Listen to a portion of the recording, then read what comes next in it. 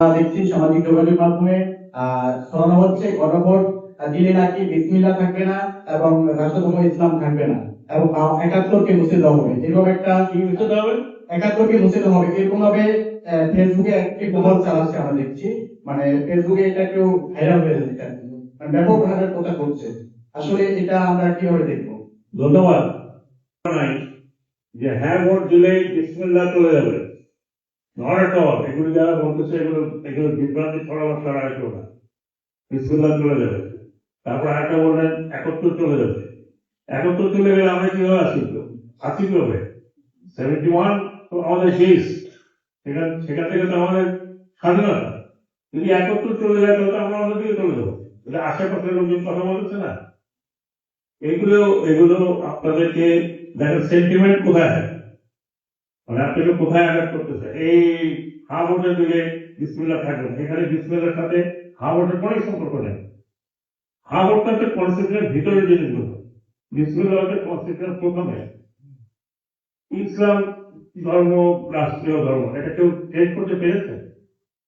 কেউ তো চেঞ্জ করতে পারে, এটা তো হবে না। এখানে ভাই, যেখানে ৯০-৯১% লোক ইসলাম ধর্মে বিশ্বাসী, কে এটা করতে যাবে?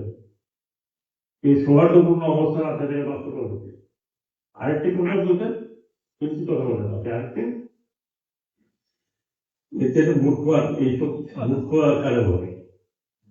এটা এগুলো চেঞ্জ করলে জঙ্গিবাদের উত্থান হবে।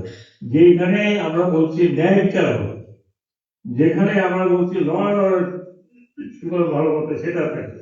যেখানে আমরা বলছি আদালত আলাদা হবে ন্যায় বিচারের জন্য, সেইখানে জঙ্গি উত্থান হবে। এই জঙ্গি উত্থান করে করে কিন্তু আমাদের দেশে গত ১৫-১৬ বছর কি হয়েছে এটা আপনারা নিজেরা দেখেন। তো এইগুলি তো শোনেন, এগুলো আমরা বলি, আর সারা দুনিয়া থেকে বলে হ্যাঁ ওই ঠিক আছে, এই থাকাই ভালো, এ থাকলে জঙ্গি উত্থান হবে। নিজেরা অনেক জঙ্গি নাটক আমরা অনেক দেখলাম। জঙ্গি বলতে কি বুঝি, হোয়াট ইজ জঙ্গি?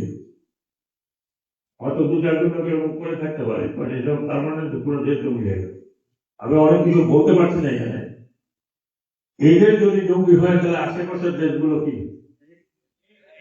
হ্যাঁ, কাজেই এইগুলো আপনাদেরকে অপপ্রচার, যাতে না ভোট করলে বাকিদের সুবিধা হয়, যেমনি আসে তেমনি চলবে।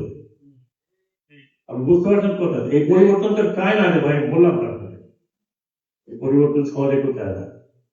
এই পরিবর্তনগুলো আমাদের দেশের ভবিষ্যতের জন্য প্রয়োজন।